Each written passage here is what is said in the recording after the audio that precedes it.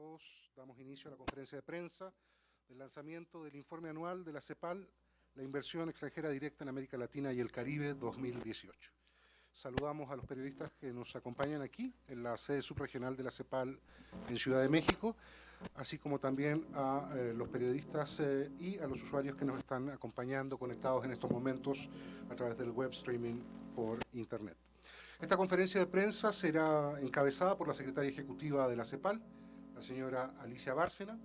También están presentes en esta mesa el secretario ejecutivo adjunto interino de la CEPAL y director de la División de Desarrollo Productivo y Empresarial de nuestra institución, la división responsable del informe que hoy presentamos, el señor Mario Cimoli, y, por supuesto, el director de la sede subregional de la CEPAL en México, señor Hugo Beteta. Nos acompañan también oficiales de Asuntos Económicos de la Unidad de Inversiones y Estrategias Empresariales de nuestra División de Desarrollo Productivo y Empresarial, Álvaro Calderón y Miguel Pérez Ludeña.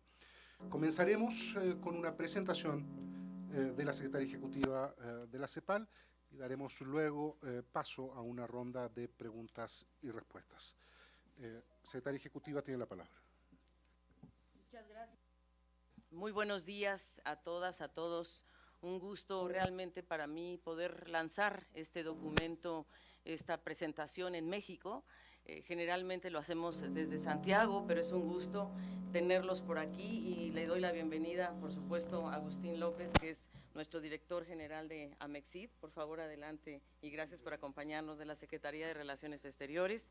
También nos acompaña el maestro Emilio Granados, director general de Cooperación y Relaciones Económicas Bilaterales de Amexid, y el maestro Jesús Shuni Giacomán, director general de Organismos y Mecanismos Regionales, también de la Secretaría de Relaciones Exteriores. Muchas gracias por acompañarnos, realmente es un gusto tenerlos aquí con nosotros.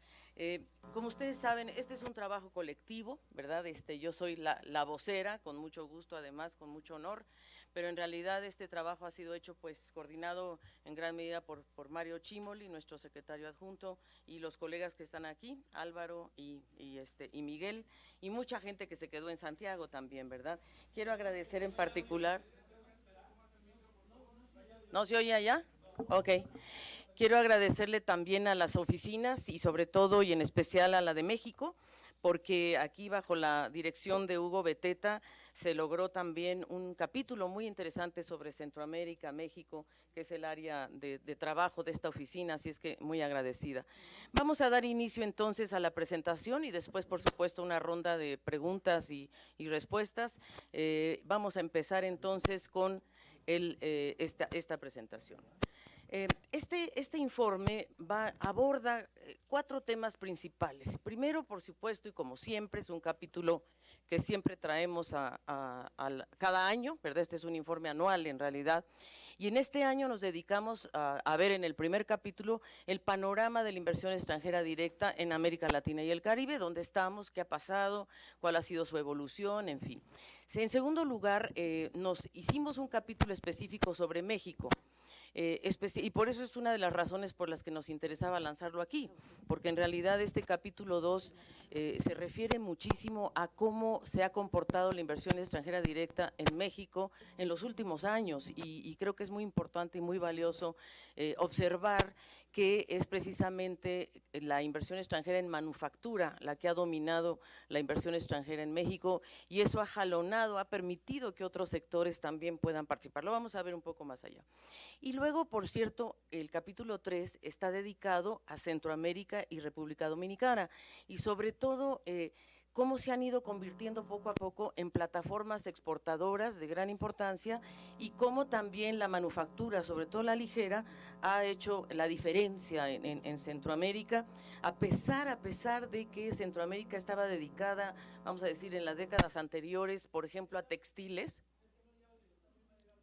Bueno, entonces, como les decía, vamos a analizar, este informe analiza Centroamérica y República Dominicana, y por último analizamos el papel que ha jugado la Unión Europea en la inversión extranjera de calidad para América Latina y el Caribe. ¿Y por qué nos quisimos abocarnos a la Unión Europea? Porque viene muy pronto una cumbre importante entre la Unión Europea y la comunidad de estados latinoamericanos y caribeños. Y entonces nos parece muy oportuno que tengamos claridad sobre cuáles han sido y cuál es el papel de Europa en materia de inversión extranjera directa. Pasamos entonces, si es que puedo, ay Dios mío. ¿Este? No. Hacia la máquina, Dios santo. ¿Y dónde está la máquina? Oh, no me hace caso. ¿Viste? Aquí tenemos un poco de problema tecnológico, no sé qué pasa. ¿Alguien está en la computadora por ahí? No sirve a la pantalla. Pues yo hago lo que ustedes me digan, pero no funciona. ¿Qué hago? Ah, que la canción. Vamos a ver. Espera. No sé cómo se hace, la verdad. Bueno, yo les voy contando, pero lo interesante es que pudieran ver el gráfico, ¿verdad? Ahí está. Ok, perfecto. Pásate a la siguiente. Ahí tú me ayudas entonces. Bueno, ¿cuál es el panorama mundial? El panorama mundial es que la inversión extranjera directa cayó en todo el mundo. Cayó 23% en 2017. Para eso no sé. ¿Y sí probaron y toda la cosa? Bueno, cayó 23% en 2017, ahí está, y se debe básicamente a que ha habido mayor estabilidad en los flujos de desarrollo, en los flujos de inversión extranjera directa hacia economías en desarrollo, que son las únicas que crecen en realidad durante este periodo, fundamentalmente África y Asia. En América Latina no. En América Latina se da una pequeña caída que vamos a ver inmediatamente. Pero una cosa muy importante es que la fuerte caída fue hacia las economías desarrolladas. ¿Y quiénes lideran esta caída a nivel mundial? Es el Reino Unido, ¿verdad? Porque en 2016 hubo una inversión extranjera muy alta, entonces al comparar 2017 con 2016, obviamente hay una caída muy importante. En 2016 fue muy alta porque Shell, por ejemplo, compró a British Gas, que eso fue una operación muy importante. Y en Estados Unidos, porque la verdad es que ha habido un cambio tan fuerte en las regulaciones que eso ha hecho que se reduzcan las inversiones desde los paraísos fiscales a Estados Unidos, o sea, las nuevas regulaciones financieras. Entonces, en general podemos decir que en las economías desarrolladas, que representan el 50% de las entradas de IED, sí hubo una disminución muy importante de 37%. Y en las de transición también de 27%. Pero en las de desarrollo, como les decía, más o menos se mantuvo en África y en Asia alta. En América Latina, vamos a ver la siguiente. Bueno, en América Latina se los cuento después, pero quiero decirles que lo que observamos después, como nosotros hacemos este informe cada año, ¿verdad? Entonces eso nos permite ver cuáles son las tendencias y qué es lo que está pasando. Y nosotros lo que vemos es no solamente el flujo, cómo se comporta anualmente, sino qué está pasando en las tendencias y vemos que hay un cambio profundo a nivel global. Incluso nos podríamos atrever a decir que hay un patrón de desarrollo diferente al que veíamos, o patrón de crecimiento o de comportamiento de la inversión extranjera directa en los últimos años. Primero, fíjense ustedes que es un poco contradictorio, paradójico ver cómo las tendencias, cómo el crecimiento mundial es mayor, 3,2% en 2017, con buenas perspectivas para el 2018. Incluso hay quienes dicen que puede crecer el Fondo Monetario, que puede crecer a 3,8 o 4%, pero en contratendencia vamos a ver por qué, a pesar de este mejor crecimiento, mejor desempeño de la economía mundial, no vemos lo mismo en lo que se refiere a inversiones.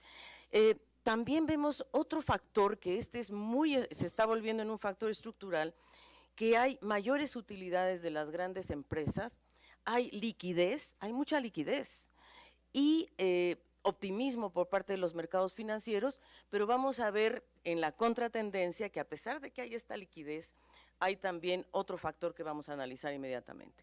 ¿Cuáles son las contratendencias? ¿Cuál es el problema que está enfrentando el mundo? Primero, tensiones comerciales muy fuertes, estamos incluso ante una verdadera guerra comercial, y políticas industriales nacionalistas, es decir, Lo que hace Estados Unidos es generar una política industrial nacionalista de traer de regreso a sus empresas, de generar una serie de incentivos, obviamente, para lograr llevar adelante una política que nosotros hemos calificado nacionalista industrial, de hecho. Y porque las inversiones de China, que también China era el mayor inversionista del año pasado, eso lo demostramos en nuestro informe del año pasado, y sobre todo China lo que estaba haciendo el año pasado, menos este año, y vamos a ver por qué no puede China hacerlo, es que China estaba comprando muchas empresas europeas y americanas y estadounidenses. ¿Y qué tipo de empresas estaba comprando China? Las tecnológicas, ¿verdad? Porque lo que le interesa a China es volverse en un gran jugador tecnológico. Entonces, el año pasado China se convirtió en el segundo inversionista a nivel mundial y en función también de las ventajas que le ofrecía, por ejemplo, el euro, fue que compró muchas empresas europeas. Pero vamos a ver ahora que hay restricciones para China este año, en 2017, perdón. Los países ponen restricciones y también China pone sus propias políticas por encima de la mesa, que vamos a ver ahora. Y creo que la parte estructural más compleja es que la era digital y la digitalización en general reduce la inversión extranjera directa en capital tangible. Entonces, ¿qué pasa? Que las empresas digitales se internacionalizan con poco capital físico en el exterior. Es decir, no están invirtiendo, las que invierten en realidad son las empresas de infraestructura, ¿verdad? Las que se encargan de hacer los cables, pero las empresas digitales, las Apple, las Facebook, las Google, etcétera, no invierten en capital tangible. Y esto, además, estas empresas digitales tienden a concentrarse en China y en Estados Unidos, y entonces ya no hay esa necesidad de hacer grandes fusiones y adquisiciones transfronterizas. Cae esa. Entonces, eso sí lo vemos ya como una contratendencia que vino para quedarse en cierta forma. Vamos a la siguiente, por favor. Vamos a ver que China restringió las salidas de la inversión extranjera directa para ajustar esta política china a sus propios planes estratégicos. Entonces, ¿cuáles son las inversiones que China está potenciando? Las que corresponden a una franja, una ruta, lo que se llama One Belt, One Road, que fue lo que China anunció, ustedes recordarán, ese potente anuncio de infraestructura en Euroasia y también en África. Y entonces China está incentivando estos sectores de energía, infraestructura y servicios públicos. En alta tecnología, a ellos lo que les interesa es invertir en alta tecnología, manufactura avanzada y en todo lo que tenga que ver con investigación y desarrollo. Tercero, obviamente seguirán interesados en hidrocarburos, minería y recursos naturales, porque ellos lo requieren. En el sector agropecuario, esa es una gran prioridad para China, porque tienen 1.400 millones de habitantes y solo el 6% de sus terrenos son agrícolas. De los 9.000 millones de kilómetros cuadrados de China, solo el 6% es tierra arable. Y por supuesto les interesan los servicios logísticos, pero muy asociados a una franja, una ruta, y los servicios financieros. Fíjense que China está expandiéndose en el tema de servicios financieros, incluso está abriendo sucursales en la propia América Latina. Chile tiene una y en México han estado sondeando estos sectores. Pero están restringiendo sus inversiones en regiones y en países sensibles políticamente, ¿verdad? O sea, ahí no se van a meter. Segundo, han dejado de invertir y no quieren invertir en el sector inmobiliario, en hoteles y en entretenimiento, en cine. China se había dedicado a comprar muchas empresas de entretenimiento y ahora han decidido que no va por ahí, y en deportes tampoco. Inclusive estaban comprando clubes completos de deportes y ahora se han retenido en esa dirección. Y no están dispuestos a crear fondos de inversión, que también había sido una política de China, si no existen objetivos claros y concretos de negocios que los beneficien a ellos. Y por cierto, también no quieren invertir en sectores que contravengan estándares ambientales o de seguridad. Y las inversiones que están prohibidas, no solamente por China, sino por los países receptores, es cualquier tecnología o producción o productos que estén asociados a la industria militar. a las apuestas, es decir, a la parte de casinos, apuestas, etcétera, y a cualquier negocio que tenga que ver con negocio sexual. Y, por supuesto, que puedan afectar la seguridad nacional. Vamos a la siguiente, por favor. Bueno, en síntesis, las adquisiciones de China al exterior cayeron 22% en el último año, 22%, de 94,000 millones a 73,000 millones. O sea, fue una caída muy importante. Y Estados Unidos también cayó de 38%, una caída de 38% de 43,500 millones de dólares a 26,900 millones de dólares. Entonces, esto es importante. Ahora, las economías avanzadas, en este caso aquí ejemplificamos, pero en el informe viene con mayor detalle, ¿qué es lo que hizo Estados Unidos el año pasado? Que limitó justamente su inversión extranjera directa, la que le llegaba al país, por eso cayó, y en la Unión Europea. En Estados Unidos, la presidencia directamente a través de su Comité de Inversión Extranjera Directa, lo que se llama el CFIUS, indicó que, o más bien bloqueó, dos adquisiciones muy importantes, una de China, que precisamente, como les decía, están tratando de evitar que China siga comprando empresas digitales o empresas tecnológicas, así es que les bloquearon una operación de China hacia Estados Unidos y una operación de Singapur hacia Estados Unidos. Entonces, eso significó pues realmente dos proyectos de montos muy altos, de 1,300 y 117,000 millones de dólares, que dejó de recibir Estados Unidos. Por eso su inversión cae. Bueno, es un ejemplo de por qué cae. Hay otras áreas en donde se restringió también. Y en la Unión Europea, porque se estableció, se acordó un nuevo marco jurídico para controlar la inversión extranjera directa con base en la seguridad nacional. También tiene que ver con esto. Es decir, se asustaron un poco de ver cómo China estaba adquiriendo tantas empresas europeas, ¿verdad? Y Europa dijo, no, pongamos un freno a esto, y sobre todo en sectores como transporte, energía, comunicaciones, almacenamiento de datos e infraestructura financiera. Y también en tecnologías y en insumos críticos. Aquí es donde Europa ha querido poner barreras importantes para que no le compren, ¿verdad?, o no le adquieran empresas que están en la inteligencia artificial, en la robótica, en los semiconductores, muy relacionado con la ciberseguridad, con la tecnología espacial y nuclear. Por lo tanto, hay políticas que se están generando en el mundo que podríamos calificar de proteccionistas en gran medida, porque sí, Europa y Estados Unidos están poniendo frenos y barreras importantes. Y Canadá y Australia tomaron medidas muy semejantes que en el reporte se describen. Vamos, no, un poquito antes, porque hay un concepto que quiero dejar a ustedes en la lámina anterior, y es que, la que sigue, la del título. Y es que en América Latina y el Caribe la inversión extranjera directa cae menos 3,6%. O sea, cae menos que el promedio mundial, ¿verdad? Si ya dijimos que el promedio mundial cae alrededor de 27%, lógicamente el de 23%, perdón, el de América Latina y el Caribe cae un 3,6%. Pero, esto es lo interesante, que disminuyen los flujos de inversión extranjera directa, pero se reestructura la inversión extranjera directa que llega a América Latina y se orienta más a manufactura y servicios. Esto sí nos pareció a nosotros muy importante y vamos a ver por qué. La siguiente.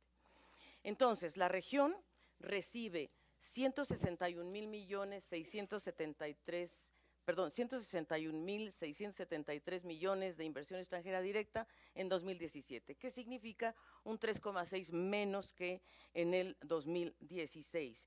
Y lo que hay que destacar aquí, si nos vamos al 2011, que fue el momento histórico más alto de la inversión extranjera directa, vamos a ver que si comparamos 2011 con 2017, en realidad cayó mucho más la inversión extranjera directa, casi un 20%. Ahí dice desde el 2014, pero en realidad debería decir desde 2011, que es lo que analiza el informe en su conjunto. Entonces, ¿y qué fue lo que ocasionó esta caída? Básicamente dos cosas. Uno, la caída de los precios de los commodities, que hace, y como ustedes saben, las inversiones, por ejemplo, en minería, sobre todo en minería y en energía en general, son inversiones que toman mucho tiempo para poder realmente madurar, y por eso desde, vamos a decir, 2014 es correcto en el sentido de que se asocia a la caída de los precios de los commodities, pero en realidad esta tendencia comienza desde el 2011. Ya no hay ese apetito de las empresas por invertir por el menor precio de los productos básicos, sobre todo en industrias extractivas. Y la otra, en realidad, tiene que ver con que había obviamente un crecimiento menor en el mundo entero y por lo tanto, pues también eso, pero en el último año deberíamos ver un crecimiento, sin embargo, no funcionó así. La siguiente, por favor. Ahora, lo interesante es decir, sí, cayó en la región 3,6%, pero la verdad es que hay una gran heterogeneidad. No podemos afirmar esto para todos los países. Nosotros vamos a encontrar que en 12 países de la región aumentó y en 12 países de la región disminuyó. ¿En cuáles países? Y hay 8 países para los cuales no tenemos datos y por lo tanto no se presentan aquí, que es Cuba, Venezuela y algunos países, y 6 países del Caribe Oriental que no tenemos la información. Pero lo que sí podemos decir como hechos estilizados es que la inversión extranjera directa cayó más en América del Sur que en Centroamérica y México, o sea, como hechos estilizados. Y podríamos decir que, como les decía, hay entradas de IED que son muy volátiles, por ejemplo, las del Caribe son generalmente muy volátiles porque dependen de una operación en turismo, una operación en energía, entonces son volátiles en ese sentido. Y por otra parte, hay también algo importante, y yo sí quiero aclarar desde el principio, que nosotros estamos usando una metodología avanzada que se llama el MP6, y que estamos siguiendo en realidad a las instituciones internacionales, en este caso el Fondo Monetario Internacional, pero instituciones como UNCTAD, que es hermana nuestra en realidad, utiliza el MP5, que es una metodología anterior. ¿Y cuál es la diferencia fundamental? Se refiere a la reinversión de utilidades. ¿Cómo se cuantifica la reinversión de utilidades? Si se cuantifica como inversión o no, y ahí es donde radica un poco la diferencia. Pero las tendencias no, las tendencias son exactamente las mismas, y vamos a ver entonces qué es lo que pasa en cada una de nuestras regiones. Digo, aquí como ustedes pueden ver, gran parte de la caída está asociada a Sudamérica, de la caída es más bien en Sudamérica y también, sobre todo en los países que tienen producción de minería o hidrocarburos. Vamos a la próxima, por favor. Aquí vamos a ver en la próxima gráfica, no, ya te fuiste muy adelante acá, ahí. Aquí vamos a ver cuál es el comportamiento más o menos en nuestra región. Vamos a ver ¿por qué el promedio es negativo? Porque hay economías muy grandes como Brasil y México que influyen en el promedio, pero vamos a ver, en Brasil la inversión extranjera directa cayó 9,7%, o sea, esa fue una economía que disminuyó. En Chile cayó 48%. En México cayó aproximadamente, espérate, aquí lo tengo, 8,8%. En Colombia tenemos, en cambio, un comportamiento positivo. Ahí creció un 0,5%.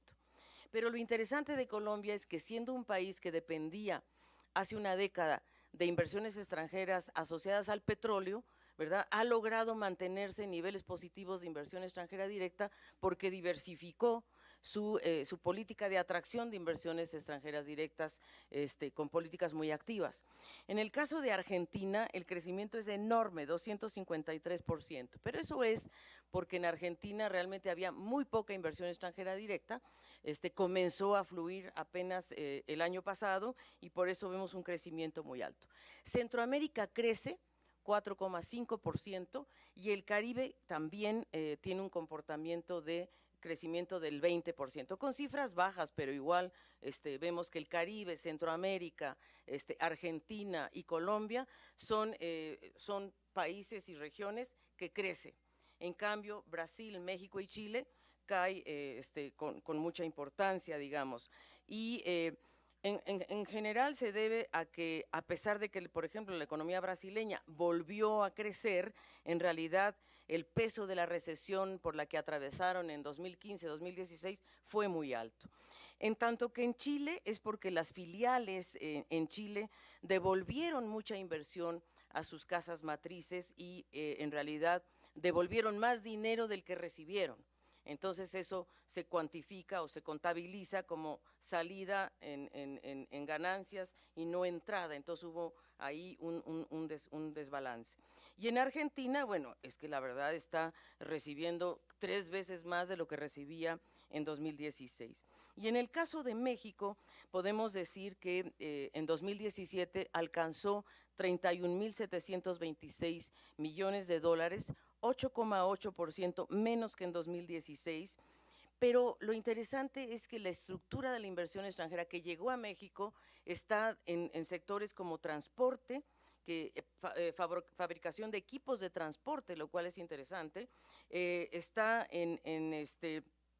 asociado a manufactura en general, y los sectores donde cayó fundamentalmente la inversión extranjera directa es en la industria química, en los plásticos y en las bebidas. Ahí es donde vemos una cierta caída, que tampoco es que esté mal, les digo, a lo mejor es que muchas las bebidas ya se están produciendo en México, y también porque ustedes recordarán que hubo grandes compras de cerveceras por parte de Bélgica, y por lo tanto ya no tenemos ese tipo de inversiones o de fusiones o de compras en ese sector.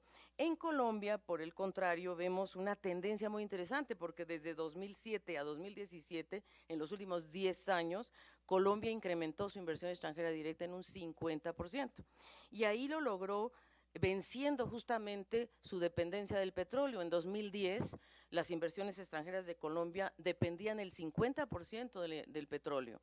En cambio, ahora solo el 23%. O sea, hicieron un cambio muy importante para irse más hacia la manufactura, hacia infraestructura, hacia caminos, y la verdad que hay que decir que está asociado también al proceso de paz. Vamos a Centroamérica. El capítulo de Centroamérica yo realmente se los recomiendo mucho, es el capítulo 3, porque ahí, digo, nosotros acá solo podemos hacer una síntesis, pero yo lo que les quiero decir es que en verdad en Centroamérica presenta 8 años de subida consecutiva y alcanza 13.083 millones de dólares. En realidad, visto en su conjunto, es enorme el esfuerzo que se ha hecho en Centroamérica. ¿Y por qué razón? Porque ha habido sustitución de sectores. O sea, ustedes recordarán que Centroamérica era muy dependiente de los textiles, una industria que ha ido realmente de caída, y aquí lo analizamos en el informe. Pero, por ejemplo, El Salvador ha logrado adaptarse muy bien a este fenómeno, y ha creado nuevas empresas, por ejemplo, de textiles de deportes o de fabricación en general de equipos, utensilios y vestimenta de deportes, y eso los ha colocado en un nicho de mercado muy importante. En Centroamérica, El Salvador duplicó su inversión extranjera directa. En general, Centroamérica crece un 4,5% en general en todo su conjunto, y vemos que Panamá obviamente es el mayor receptor, siempre lo ha sido, el hecho de que tengan el canal y atraen mucha inversión, seguido de Costa Rica, que también es otro ejemplo muy importante, porque Costa Rica tuvo que abandonar la política de las zonas francas por el Tratado de Libre Comercio, y se fue especializando, por ejemplo, en productos médicos, en insumos médicos, ¿no? Y se acuerdan que se fue también la empresa Intel, que los dejó un poco con un vacío a Costa Rica, y sin embargo se recuperaron porque tenían políticas muy claras en Costa Rica de dónde realmente promover la inversión nacional y la inversión extranjera directa. Yo creo que eso es uno de los factores muy importantes. Se mantuvo estable la inversión extranjera directa en Guatemala, en Honduras y en Nicaragua, pero en El Salvador, como les decía, 2 veces más alta la inversión que llegó al Salvador. Y en gran medida también está motivado por el alza en las remesas. ¿verdad? Las remesas de los migrantes han jugado un papel muy importante, pero en El Salvador ha sido interesante porque estas remesas han sido invertidas, o sea, no solamente han llegado para fortalecer a los hogares, que también, por cierto, el alza del consumo de los hogares está motivado en gran medida por las remesas que reciben, y con el susto que les han dado con las políticas migratorias, pues muchos migrantes han mandado más remesas en el 2017 que en el año anterior. Porque en verdad, la verdad es que los migrantes no mandan el 100% de lo que ganan, en general mandan alrededor del 20%, pero ahora esto se ha incrementado porque dicen, bueno, si nos van a sacar, que no se quede nuestro dinero en Estados Unidos. Y después, también vemos en Centroamérica que hay proyectos de energía renovable muy interesantes, y lo más, yo diría, lo más propicio, lo que más genera empleo, lo que más puede generar crecimiento y productividad son las manufacturas. Y esto ha pasado en Centroamérica. Ha habido una recomposición para irse más hacia sectores que impulsen un cambio estructural, en realidad, y destaca lo que han hecho en energías renovables, lo que han hecho en telecomunicaciones, eso ha sido muy importante, y desde luego también en el sector servicios, que ha sido fundamental. Y entonces pues vemos que han mantenido competitividad y reciben más inversiones. El Caribe. En el caso del Caribe, nosotros vemos que también hay un mejor desempeño, pero es más volátil, como decíamos, ¿no? Crece 20%, llega a 5.835 millones de dólares, pero el 60% de lo que llegó al Caribe se fue a República Dominicana, que también le dedicamos un importante análisis, porque en República Dominicana los sectores que crecen fuertemente, por supuesto, es el turismo, pero también la minería. Entonces, República Dominicana se ha convertido en un profundo atractor, digamos, de la inversión extranjera directa, muy interesante, con políticas también muy activas. De hecho, Hugo acaba de regresar de República Dominicana, donde hubo una reunión con empresarios y se ve un dinamismo de cómo se está combinando la inversión nacional con la internacional. El turismo, como les decía, y sin duda la inversión extranjera directa en manufacturas para la exportación, tanto en Haití como en República Dominicana. Allá han estado haciendo algunas políticas coordinadas, porque como ustedes recordarán, un grave problema que tenía República Dominicana era la recepción de haitianos. Entonces, se han organizado, ay Dios mío, ya se fue el sonido otra vez.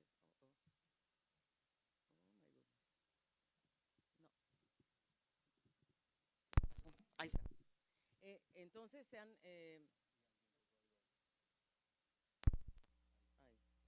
ok. Ahí, entonces por favor quédate con el dedo pegado, no, no es verdad, no, no es cierto, con los dedos en el enchufe, porque si no, aquí no vamos. Bueno, entonces pues ese es un poquito lo que ha sucedido. Vámonos a la próxima, porque nosotros en todos los reportes analizamos cuál es el origen de la inversión extranjera directa. Y en este caso nos concentramos a Europa. En cada año analizamos un caso. El año pasado analizamos China, el año anterior Canadá, el año anterior Japón. O sea, siempre más o menos vamos eligiendo algún país. Pero en este caso escogimos Europa. Y lo escogimos justamente porque, como les decía, es coyuntura muy, muy relevante. Porque, ¿qué pasa? Mucha gente cree, y en Europa sobre todo, que a veces no le dan la importancia a América Latina y el Caribe que deberían. Entonces nosotros queremos demostrarles a los europeos por qué su inversión en nuestra región ha sido tan importante, sigue siendo, y es una de las inversiones que en nuestra región es muy bienvenida. Vamos a ver por qué. En primer lugar, se mantienen pautas de origen. Unión Europea por lo general es mayor inversionista en Sudamérica, en América del Sur. Estados Unidos, por supuesto, más en México y Centroamérica. Enfoquémonos en el color rojo, que es Estados Unidos, y en el azul, que es Europa. Miren ustedes cómo Europa ya se convierte en uno de los primeros inversionistas de América Latina y el Caribe. Muy importante, creció sobre todo su inversión en México, en donde antes, bueno, sigue prevaleciendo la inversión de Estados Unidos, pero sin duda Europa viene a jugar un papel bastante relevante, y también en Centroamérica y República Dominicana. Como resultado, saben ustedes que el único acuerdo que Europa tiene con otra región, con otra subregión, es con Centroamérica. Es Europa y Centroamérica. Es el único acuerdo que existe, por lo menos en nuestra región, de dos regiones o subregiones. La que sigue, ojalá y se concrete, pero no sabemos, es Mercosur, pero eso todavía no está en la cartera. Pero esto nos refleja entonces Estados Unidos primero, Europa segundo, Canadá tercero, pero mucho por México. Y bueno, lo que también vamos a analizar es cómo están los flujos de la propia América Latina hacia, ¿se acuerdan? Las traslatinas, a las que nosotros les apostábamos mucho, pero en realidad no ha sido así, sobre todo en los últimos años. Vamos a la próxima, que es una muy importante. ¿Por qué consideramos que Europa es un socio fundamental? Porque en las 5 mayores economías de nuestra región, los activos, no los flujos, los activos acumulados de las empresas europeas representan el 41% del total. ¿Qué quiere decir esto? Quiere decir que Europa se jugó con América Latina para invertir, y el Caribe, para invertir en planta, lo que se llama Greenfield, no solo a adquirir empresas, sino vino a instalar empresas.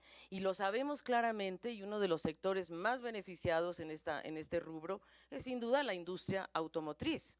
Pero hay otras industrias en donde Europa se está jugando, telecomunicaciones, energía renovable, o sea, somos un socio atractivo para Europa y cada vez más.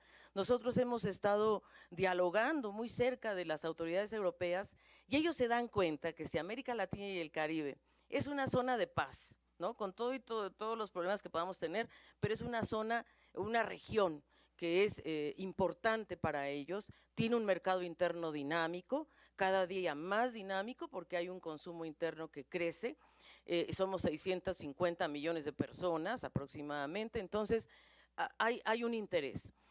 El segundo párrafo lo que nos dice simplemente es que nuestras inversiones de América Latina y el Caribe en Europa solamente representan el 11% de los activos. También a los europeos les gustaría que fuéramos a invertir allá, pero para nosotros es muy importante que ellos vengan acá porque vienen con 3 cosas que nos interesan, que son tecnología, inversión en formación bruta de capital fijo y sin duda nos traen innovación, pero también nos traen, yo diría, criterios y valores y sí, una legislación muy progresista en materia laboral, es decir, y ambiental. Entonces, hay 3 cosas que son atractivas de Europa. Por supuesto, la mayor cantidad se va a Brasil, como les decía, la industria automotriz juega un papel, pero también la energía, y sobre todo en Brasil, que últimamente ha habido venta de algunas empresas, pero lo interesante es que ustedes saben que también dedicamos un informe a esto, que la industria automotriz brasileña se orienta al mercado interno, básicamente, y al mercado regional. La industria automotriz de México se orienta a la exportación a Estados Unidos, ¿verdad? Y ahí es donde están, por eso nosotros somos más frágiles a las medidas que está imponiendo Estados Unidos que Brasil, ¿verdad? Porque Brasil puede vender su industria, la vende adentro, o sea, no hay tanto problema. No pusimos aquí un detalle de China, pero China sigue invirtiendo en nuestra región, quizás un poco menos que en el pasado, pero China sigue muy interesado en sectores como, por ejemplo, energéticos, pero ahí lo que hace China es comprar. No viene a establecer necesariamente plantas, lo que viene es a comprar plantas existentes. Bueno, y ahí es donde está la clave, porque nosotros le decíamos a los europeos, bueno, muy bien, ustedes hicieron todo el esfuerzo, trajeron la inversión, ahí están sus activos, ahora quieren que vengan los chinos a comprarles lo que ustedes establecieron, pues también puede ser, ¿no? A los españoles, italianos, franceses, alemanes. Pues no, entonces eso también los ha hecho reflexionar que en verdad acá en América Latina y el Caribe tienen una gran oportunidad. Vamos a la siguiente, por favor. Cambia la estructura, como les decía, la estructura sectorial y cambia en forma muy importante, cae en los recursos naturales y aumenta en manufactura y servicios. Vamos a ver en qué porcentajes esto se manifiesta. Vamos a ver que la caída, como les decía yo, la caída desde el 2011, ¿verdad? Se concentra en una caída muy fuerte de inversiones en recursos naturales, en industrias extractivas fundamentalmente, minería, por ejemplo. Y la caída es de 63% simplemente en recursos naturales. Los recursos naturales entran a ocupar solamente 1/3 de lo que antes era la inversión extranjera total. En donde se potencia un poquito más es en manufacturas, donde crece 11%. ¿Verdad? Entonces hay una tendencia hacia arriba en las manufacturas y también en los servicios, a pesar de que aquí, digamos, se ve un comparativo digamos, de bajada, pero eso tiene otras razones. Pero en realidad hay mucha importancia que se le da a los servicios, pero miren ustedes que en realidad es un cambio de estructura lo que está ocurriendo. Vamos a la siguiente.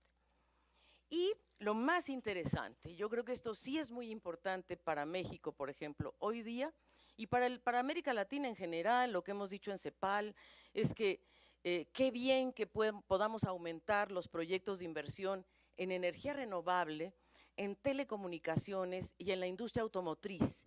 Pero vamos a ver en qué parte de la industria automotriz necesitamos en México potenciar mucho más, porque hay un eslabón débil en la cadena de la industria automotriz mexicana. Pero vamos a ver cómo aumenta en forma muy importante la energía renovable, que esta es una gran noticia para la región. A pesar de que los precios del petróleo están volviendo a aumentar, aún así las empresas siguen invirtiendo en energía renovable. En algunos países vamos a ver en cuáles, pero México es uno de ellos.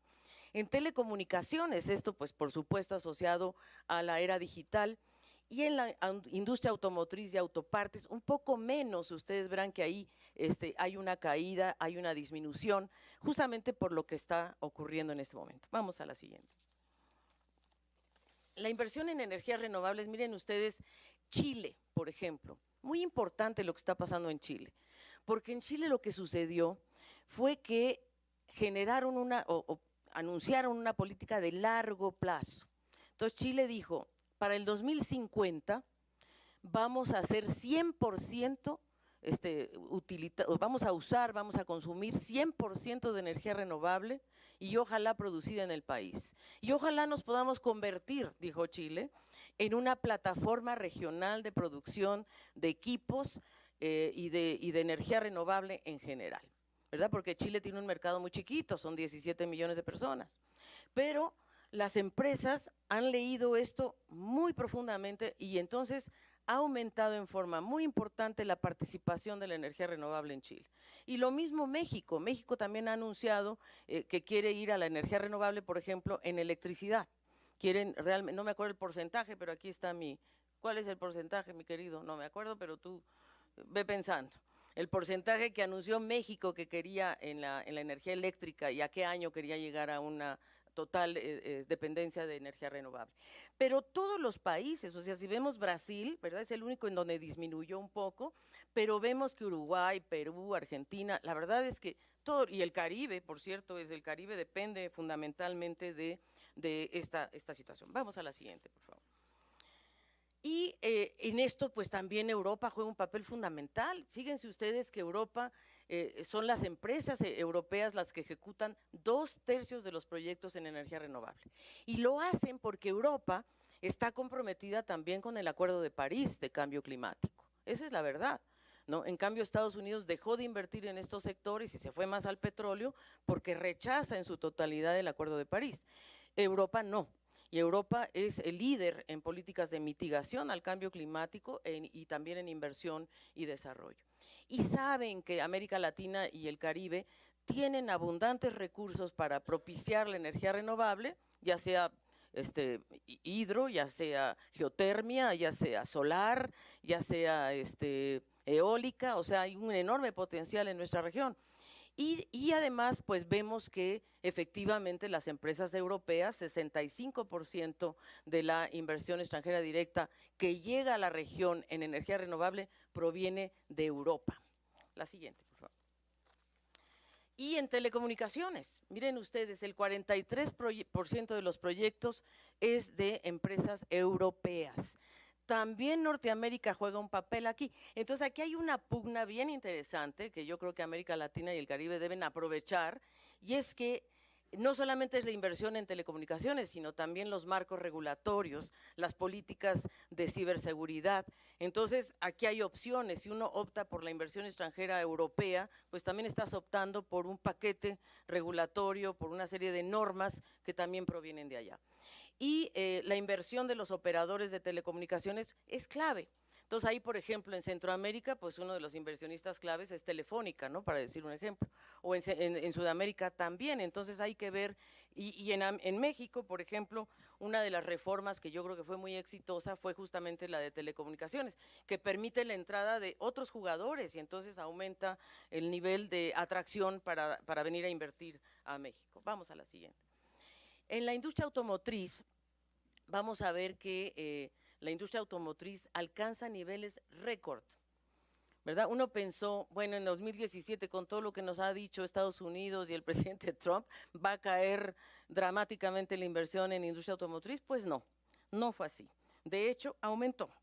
Y entonces las empresas extranjeras invirtieron montos récord en la industria automotriz de México. Así es que eso hay que anunciarlo, hay que decirlo, porque en verdad esta es una muy buena noticia. De hecho, aumentó la inversión en México y disminuyó en Brasil. Entonces ahí hay un mensaje muy interesante. Argentina es el tercer jugador, pero es un jugador bastante menor. Pero miren ustedes, generalmente Brasil ocupa un gran espacio en el mercado. En esta ocasión es México el que tiene realmente un papel muy importante, por ejemplo, en el número de vehículos producidos por origen de la empresa, ¿no? Entonces, por eso, pues sí, es verdad, es una industria competitiva, es una industria importante y por lo tanto ahí es donde está gran parte de la discusión que se está teniendo con Estados Unidos. La siguiente, por favor. México y Centroamérica, la inversión extranjera, como les decía, se impulsa más bien hacia la manufactura de exportación. Vamos a la próxima. Yo quiero señalar, como les decía, que el capítulo 2 del reporte es un capítulo destinado a México y destinado fundamentalmente a analizar dos industrias que han hecho la diferencia en el país, la industria automotriz y la industria electrónica. Asociadas ambas, o sea, el aprendizaje en estas dos industrias, automotriz y en la electrónica, nos ha permitido ser un jugador, o México ser un gran jugador en la industria aeroespacial. Entonces, aquí vemos cómo la industria tiene un papel tan importante. La industria electrónica se origina en los años 70, donde México se convierte en una gran plataforma para producir televisiones y computadoras, etcétera, ¿no? Y muy bien, o sea, realmente hubo una expansión muy importante, pero hay una parte en donde nos quedamos estancados y esa la vamos a analizar en un momentito más, porque seguimos siendo muy dependientes de insumos importados y yo creo que este es el tema más importante. Sin embargo, vean ustedes cómo aumentan las exportaciones de la industria automotriz y somos superavitarios en exportaciones con respecto a las importaciones. Ahí está la discusión, ¿verdad? Que Estados Unidos quiere que metamos más componentes nacionales de ellos en el vehículo final. Y en la industria electrónica, ahí estamos más o menos equilibrados. ¿Por qué? Porque México tiene muchos productos importados en la industria electrónica. Ahí no hemos podido despegar como productores de industria electrónica. Vamos a la siguiente, por favor. Entonces, ¿y qué es lo que pasa? Que en México se concentra fuertemente en manufactura que está orientada a la exportación. Y nosotros vemos que, sobre todo la industria automotriz, se integra a la cadena de valor de Norteamérica. En realidad ya no es un tratado de libre comercio, es un tratado productivo, es un tratado industrial, de hecho, porque las cadenas están tan integradas que entran y salen muchas veces de la frontera piezas y partes, ¿no? Entonces es una cosa demasiado dinámica como para calificarla de comercio nada más, es más allá del comercio la relación que se ha desarrollado en América del Norte. Y la industria aeroespacial, que es hija de estas experiencias que ha tenido México y que México se ha especializado sobre todo en partes y piezas de aeronaves y es bastante importante. De hecho, ha crecido esta industria 17% en los últimos 10 años y se ha convertido en una industria muy potente porque México es hoy por hoy el tercer destino de los anuncios. Es una industria con enorme potencial. Y por otra parte, en la parte Muchas gracias. Ya me mandaron el dato de, gracias. El dato de energía renovable de México es que México cumplirá con su meta de 35% de generación eléctrica con energías limpias en 2024. Esa es la meta que se propuso México. Bueno, volvemos entonces al tema de la industria electrónica. ¿Por qué nos preocupa a nosotros la industria electrónica? Porque México se fue demasiado a los productos de consumo final. Televisores, todo muy bien. En verdad jugamos un papel importantísimo, 77% de la producción de televisores y computadores y todo, pues se realiza en México. Pero, la verdad es que no hemos creado capacidades en una industria clave, que es la de semiconductores, en la electrónica más especializada, yo diría más avanzada, en componentes electrónicos que son vitales sobre todo para los autos. Hoy por hoy ya la industria automotriz pues está mucho más basada en el tema digital, electrónico, etcétera, que en el tema manufacturero. Y ahí es donde México, vamos a ver en la próxima, es un eslabón de bajo costo en las cadenas globales de valor, porque entre 99 y 2017 la industria electrónica recibió 20,000 millones de dólares, o sea, mucho dinero para poder desarrollar esta industria. Y la verdad, como les decía, nos vamos más hacia el área de ensamblaje final, en precios de servicios, etcétera, y en la mayoría de los casos, las empresas transnacionales que están vinculadas a este sector han dejado a México fuera de la investigación y del diseño y de la innovación de nuevos productos. Esa es la verdad. Entonces, ahí en componentes electrónicos, sobre todo semiconductores, la presencia de empresas mexicanas es baja y ahí es donde tenemos que poner mucho énfasis para poder lograr que vencer lo que está pasando hoy, que el 97% de los componentes electrónicos que usa la industria en México, todas las industrias, 97% es importado. Entonces, ahí tenemos capacidades para poder sustituir algunas de estas. Es demasiado alto, 97%. Tenemos capacidades. Entonces, ¿dónde fortalecer? En este eslabón. Este es donde tenemos que poner realmente énfasis y lograr en la producción de semiconductores. Centroamérica y República Dominicana, como les decía, se ha especializado en manufacturas ligeras, ya hablamos un poco de esto, dispositivos médicos, que es una de las industrias más competitivas, sobre todo en Costa Rica, Nicaragua y Honduras, que hacen cableado de autos y también se integran entonces a la gran fábrica de la industria automotriz de América del Norte y, como les decía, la industria de la confección, por la competencia con Asia, bueno, se ha venido abajo, pero en realidad ha hecho que se fortalezcan ciertos nichos, como les decía, en El Salvador, ¿no?, que lograron especializarse en el nicho deportivo. Y más de la mitad del empleo en estos países es femenino. O sea que hay un apoyo muy importante a el trabajo de las mujeres y yo creo que esto es vital. Por ejemplo, en El Salvador crearon la Casa Mujer, la comunidad mujer, justamente porque es tan dinámico lo que está pasando en El Salvador y la incorporación de las mujeres en el mundo laboral, que han estado creando instancias públicas para que las mujeres puedan, por ejemplo, liberar tiempo, dejar a sus hijos o, en fin, en estos lugares gratuitos o financiados por la empresa para que ellas puedan liberar tiempo y trabajar. Y todas estas industrias, bueno, lo que necesitamos otra vez enfatizar es que deben aumentar su valor agregado y no quedarse en la zona de confort de, bueno, ya estoy produciendo manufacturas ligeras. No, hay que trabajar un poco más para poder avanzar en mayor integración. Conclusiones y perspectivas. ¿Qué nos muestra esto? Nos muestra varias cosas. Vamos a la próxima. Nos muestra sobre todo que cuando los países tienen políticas activas, proactivas, claridad, cuando un país dice, yo tengo claridad porque quiero una política industrial, porque quiero fortalecer mi mercado interno, porque quiero diversificar mi estructura productiva, porque quiero fomentar las capacidades locales, porque quiero crear empleo de calidad, etcétera. Estas son políticas. Entonces, esas políticas permiten que se avance en la inversión extranjera directa de calidad y no cualquiera. O sea, ya estamos en una etapa de madurez en la región que ya no necesitamos que venga cualquier tipo de inversión extranjera directa.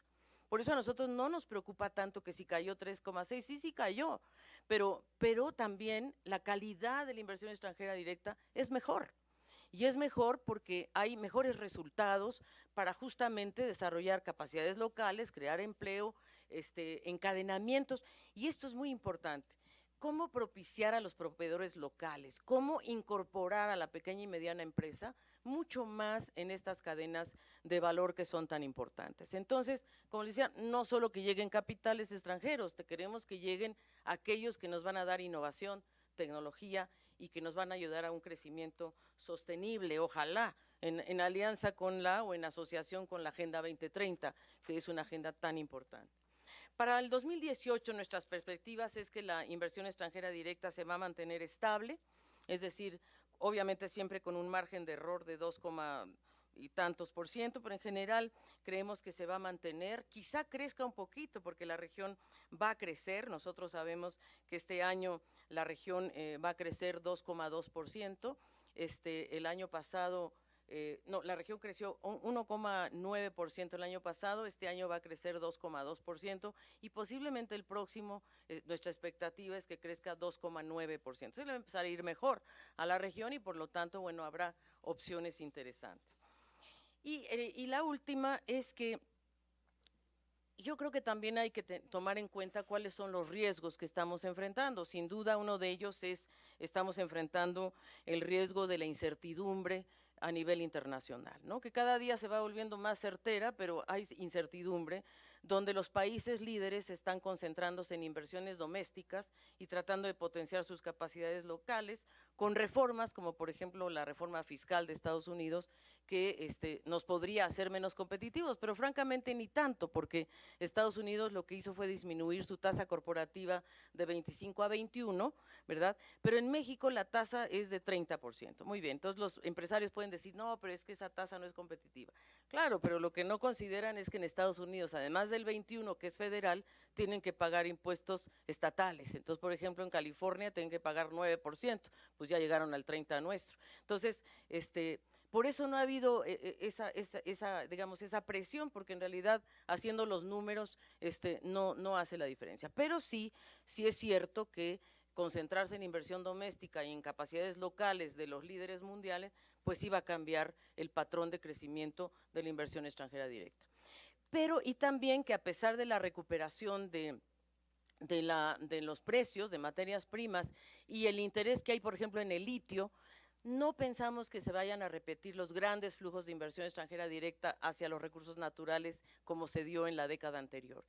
Y sobre todo, creemos que América Latina y el Caribe debe aprovechar las lecciones aprendidas para atraer inversión extranjera directa que genere capacidades, innovación y empleo, como lo fue ya en la industria automotriz y como lo es en la industria aeroespacial. Creemos que hay otros nichos que pueden ser muy importantes y creo que a la luz de lo que está ocurriendo en la región, esto puede ser una opción muy interesante. Eso es, queridos colegas, con todos los obstáculos que nos presentó la tecnología, pues logramos hacer la presentación. Muchísimas gracias y estamos a sus órdenes para preguntas y respuestas.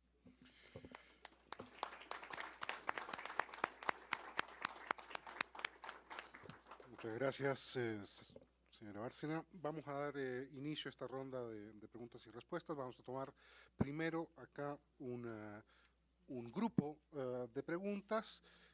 Tenemos otros colegas que han estado siguiendo esta conferencia a través del internet. Nos van a hacer llegar en unos minutos más sus preguntas. Les ruego, por favor, que hagan, al hacer sus preguntas, nombre y medio, si es tan amable, y lo hagan ante el micrófono que les vamos a facilitar, justamente para que la transmisión que está haciendo por web streaming pueda registrar esto para los colegas del resto de la región. ¿Quién quiere hacer preguntas? Hagamos con la colega que está allí, después el colega que ha alzado la mano, y avanzamos después sobre este lado de la sala con mucho gusto. Por favor. Buenas tardes. Doña Alicia, preguntarle… Nombre y medio, por favor. Susana González, buenas tardes, del periódico La Jornada. ¿Cómo no? Preguntarle su opinión sobre la propuesta para incrementar pensiones que ha hecho el candidato ganador a la elección presidencial Andrés Manuel López Obrador. Ustedes como CEPAL asesoraron al gobierno de la Ciudad de México en su programa de pensiones. En su opinión, saber si la ampliación que quiere hacer de este programa de pensiones, duplicar la pensión para los adultos mayores, extenderla a las personas con discapacidad y también dar apoyo a los jóvenes, ¿puede ser financiado, como dice él, con ahorros en el sector público o qué riesgos ve por ahí? Menciona también que en el asunto de la inversión extranjera, pues es importante tener claridad en una política industrial. ¿Qué nos puede decir usted sobre los planteamientos que ha hecho el futuro presidente de México? Y una muy particular, él había planteado hace unos meses que la propondría usted como embajadora de la ONU, saber si ya que ahorita está integrando su gabinete, ha tenido contacto con usted para ofrecerle este puesto y en dado caso, ¿qué respondería usted? Gracias. Gracias, Susana. Por favor. Buenas tardes, Antonio Aranda de Asir Noticias. Solamente me gustaría, por los números que menciona, pues entonces las reformas estructurales que impulsó el gobierno ya… ¿Sí me escucha? ¿Ahí me escucha mejor? Ok. Buenas tardes, Antonio Aranda de Asir Noticias. Sobre las reformas estructurales que impulsó el gobierno ya saliente, pues por los números que nos presenta parece que han tenido un resultado positivo. ¿Considera usted que estos igualmente cambios que ha planteado el presidente electo Andrés Manuel López Obrador podrían mantener estos números positivos en México si hiciera una revisión de estas reformas estructurales y en algunos casos las echara para atrás? Gracias. Las colegas que habían pedido la palabra de este lado de la sala, si pueden levantar la mano para que se acerquen el micrófono. Tomamos esas dos. Hola, Ivette Saldaña del Universal. Me interesa por una parte saber qué está sucediendo y por qué siguen llegando inversiones a México a pesar del cambio de las políticas estadounidenses, sobre todo en la parte fiscal, la nueva amenaza de la sección 232 contra los automóviles. ¿Qué está pasando? ¿Por qué siguen invirtiendo las empresas? Y veo que hay mucha inversión de Japón. Y ya aprovechando otros temas, me gustaría saber cuándo se va a reunir con el virtual presidente electo López Obrador, si viene en esta semana, a reunirse también usted con él, y cuáles serían como el ABC o las principales recomendaciones que debieran de aplicarse en México para de veras salir de este círculo de pobreza, desigualdad, corrupción, impunidad. ¿Cuáles serían como las recomendaciones de CEPAL a México? Gracias. Buenas tardes, Charay Angulo de Reuters. Bueno, básicamente me gustaría saber si el hecho de que ya haya certidumbre en la parte por lo menos política y bueno, también con base en los primeros mensajes que ha dado el presidente electo, ¿se podría esperar una recuperación en la inversión extranjera directa en México para 2019? Incluso no sé si tienen cifras para 2018 o si la incertidumbre del Telecam va a ser un factor que siga siendo preponderante en cuanto a la llegada de inversión extranjera directa. Muchísimas gracias, colega. Vamos a dejar hasta acá esta ronda. Le damos oportunidad a la secretaria ejecutiva de responder las inquietudes hasta ahora.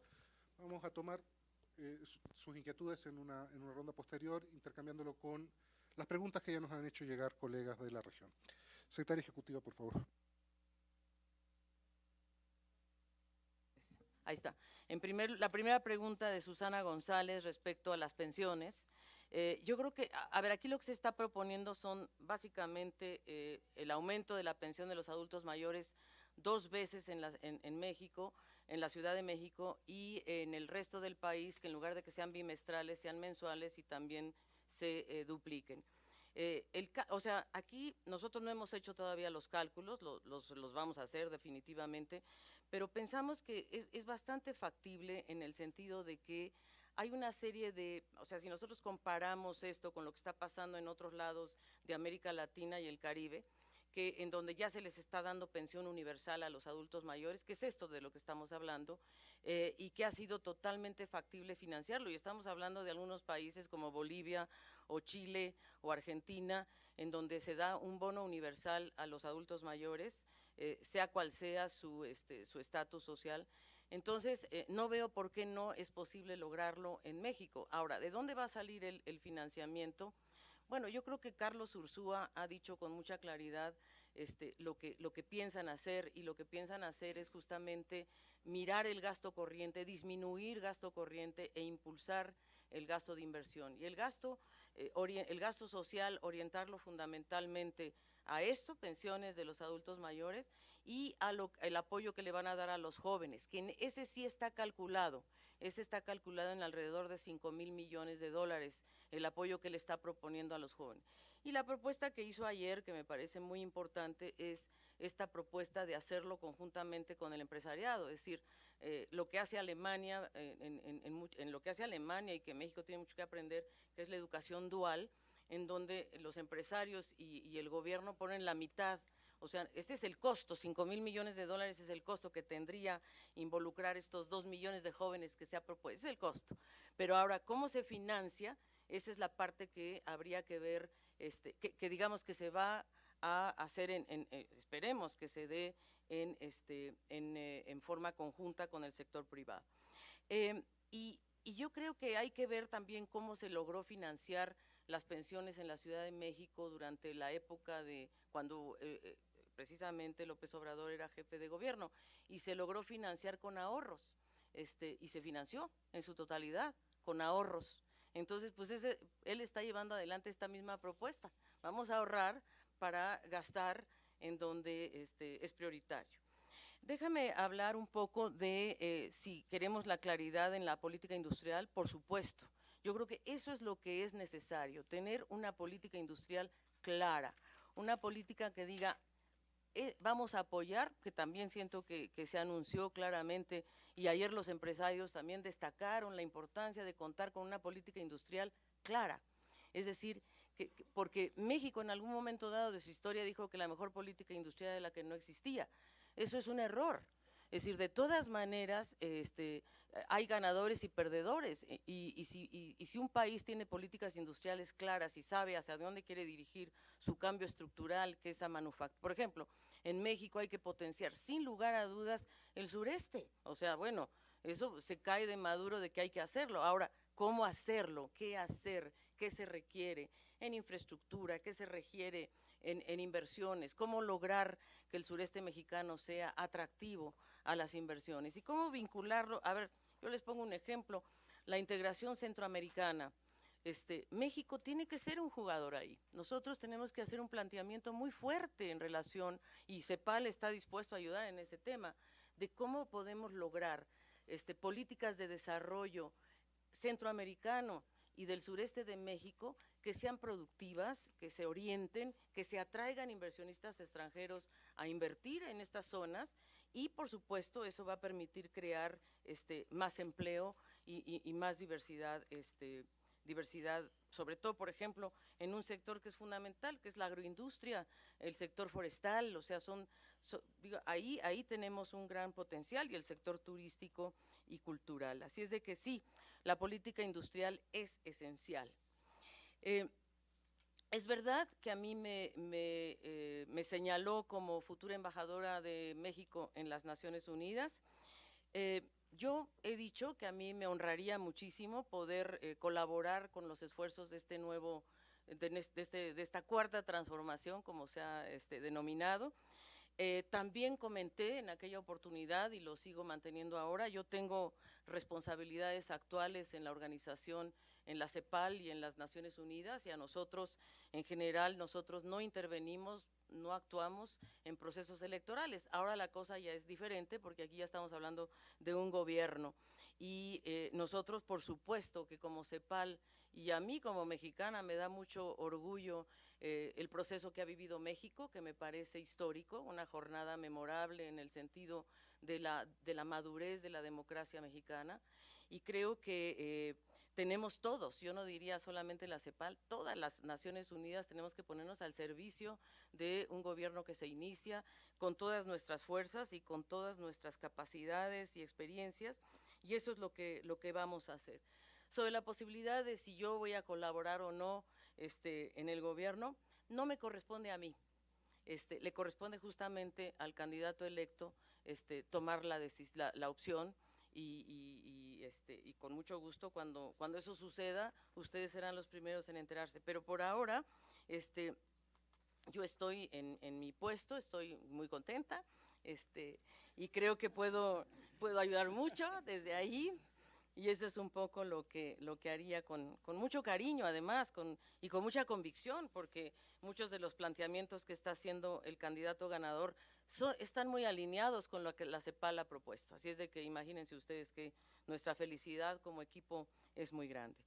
En relación a las reformas estructurales, déjenme decirles que las 11 reformas estructurales que se adoptaron, yo diría que aquellas que fueron mejor implementadas y de alguna manera que nos muestran resultados es la de telecomunicaciones. Yo ya lo dije antes, en realidad la expectativa era que, y la expectativa es que la economía mexicana pueda crecer más allá del 2,5, ojalá más allá del 3%, que es el que ha venido creciendo en los últimos 30 años, que con ese crecimiento no llegamos muy lejos, se espera que haya un mayor crecimiento al 3%, y que creo que la reforma de telecomunicaciones ha contribuido, ha traído más jugadores al escenario y ha reducido las tarifas. La financiera también es muy importante, esa ha generado también resultados de inclusión financiera, ha propiciado el aumento del crédito. En general, la bancarización en América Latina es muy baja, es del 20%, el número de personas que tienen acceso a una institución bancaria. En México era todavía más baja y ahora ya se niveló con el promedio regional, pero es muy importante la bancarización, y esto solo se logra con una política activa, como fue el caso de la reforma financiera. La reforma fiscal fue muy importante, ya se alcanzó en el 2017 la meta de reforma tributaria que se plantearon en el 2013, que fue lograr un aumento de 3.4% del PIB en ingresos tributarios. Ingresos tributarios, porque otra cosa son los ingresos no tributarios que entran por la vía de petróleo, exportaciones o lo que sea. Son ingresos tributarios. ¿Y por qué son tan importantes? Es decir, que el erario público va a contar con más recursos a partir del año pasado, ¿verdad? ¿Por qué? Porque está fortaleciendo sus ingresos tributarios, que son ingresos permanentes y por lo tanto pueden soportar, apoyar gastos permanentes. Lo que es, digamos, ineficiente es tener ingresos no permanentes, como son los que dependen de precios de mercado externo, y con ello tratar de financiar gastos permanentes. Eso no funciona. Y creo que quizás la reforma que hay mucho todavía que trabajar es la energética. Creo que ahí se está hablando justamente de verla, de analizarla, de profundizar en ella, y creo que eso sin duda es importante para México, sí, sin duda, porque es una reforma energética, no petrolera solamente, sino que debería ser una reforma amplia, y eso es lo que creo que se puede consolidar en esta etapa. Y sin duda para nosotros una parte muy importante es la Agenda 2030, donde creemos que México ha alineado muchas de estas reformas a la Agenda 2030. Esas son algunas, obviamente con gusto les podemos pasar un reciente análisis que hizo la oficina sobre las 11 reformas, ¿verdad? Y compartirlas con ustedes, pero de estas son las más destacadas, yo diría. Y me voy esa fue Susana y Antonio, ¿verdad? Muy bien, ahora me voy con Ivette. ¿Por qué siguen invirtiendo la industria automotriz en México? Yo te diría que tanto empresas norteamericanas, sorpresa, siguen invirtiendo, porque ya tenían quizás programadas estas inversiones, también hay que decirlo, pero sobre todo europeas. Al principio las empresas europeas tenían dudas, decían, bueno, ¿qué va a pasar con el mercado? ¿Qué va a suceder? Pero en realidad siguen viniendo inversiones japonesas, por ejemplo, con nuevas plantas, incluso una planta que se anunció recientemente, no me acuerdo dónde, creo que es en Aguascalientes, donde se va a establecer una nueva planta. Entonces, hay hay un mercado potente, la tasa de motorización, o sea, la región es una la región en su conjunto es una región que está en pleno desarrollo en tasa de motorización. Nosotros desde CEPAL lo que estamos tratando de propiciar es que no solo sea automóviles individuales, sino que ojalá y la industria automotriz y se vaya más a una movilidad más colectiva, ¿no? Eso sí. Y las ciudades, pues lógicamente están mirando esto también. Así es de que creo que eso sin duda. Creo que también, sí, bueno, ya respondí la respuesta de si me voy a incorporar o no y si me voy a reunir o no. Bueno, eso depende. Pues mira, depende del candidato, ganador. O sea, yo encantada, estoy disponible, me encanta la idea de poder colaborar con su gobierno. Con el que sí me reuní ya fue con Alfonso Romo, para poder, porque ese es un área en la que creo que CEPAL puede contribuir muchísimo y con él sí ya sostuve una muy interesante reunión de qué aspectos podemos llevar adelante. Y luego, Anayi, tu pregunta era si la incertidumbre, ¿verdad? Si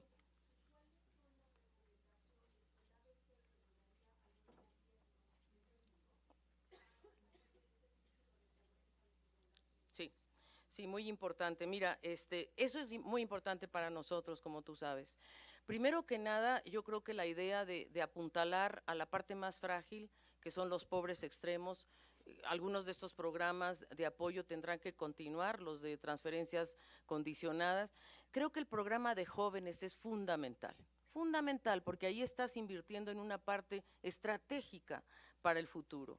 Invertir, nosotros hemos hecho un análisis de cómo le va a impactar al empleo juvenil la era digital, y cómo le puede impactar en lo positivo, en lo negativo, y creemos que ahí hay un nicho fundamental de poder que retornen los jóvenes yo diría, al emprendedurismo, a la modernización tecnológica, al aprendizaje, más que al aprendizaje per se, a la absorción del progreso técnico, cómo lograr avanzar. Entonces creo que se está apuntalando muy bien hacia esa dirección.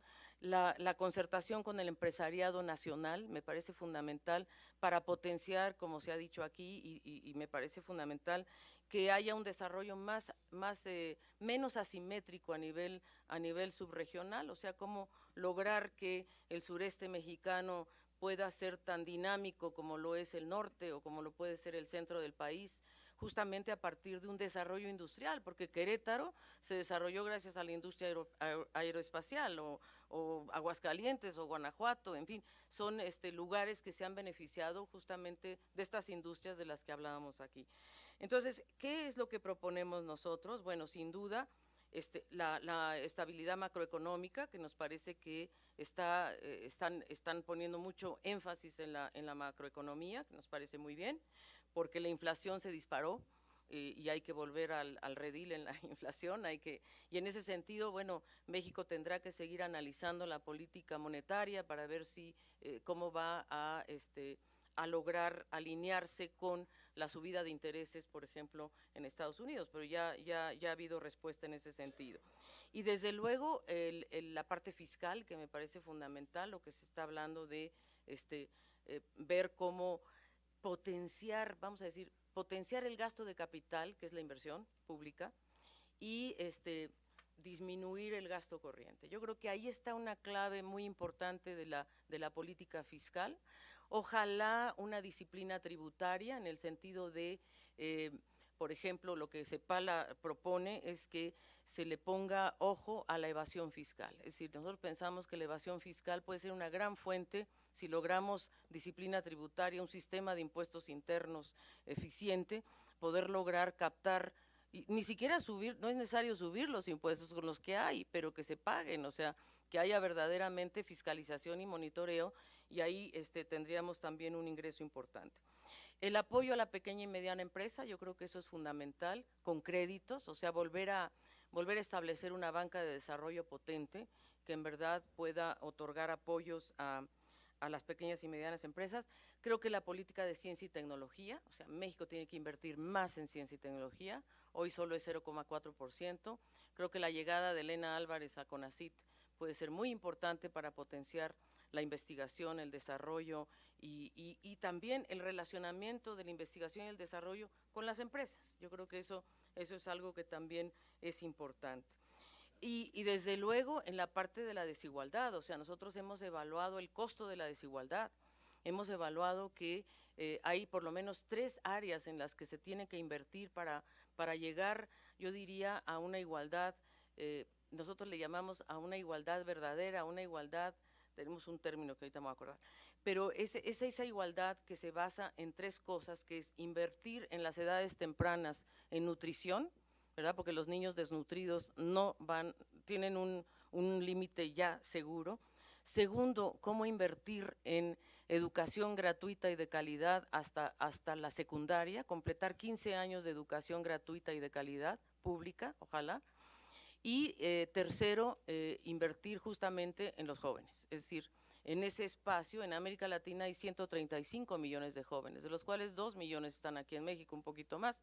Entonces, claro, invertir en ellos es fundamental.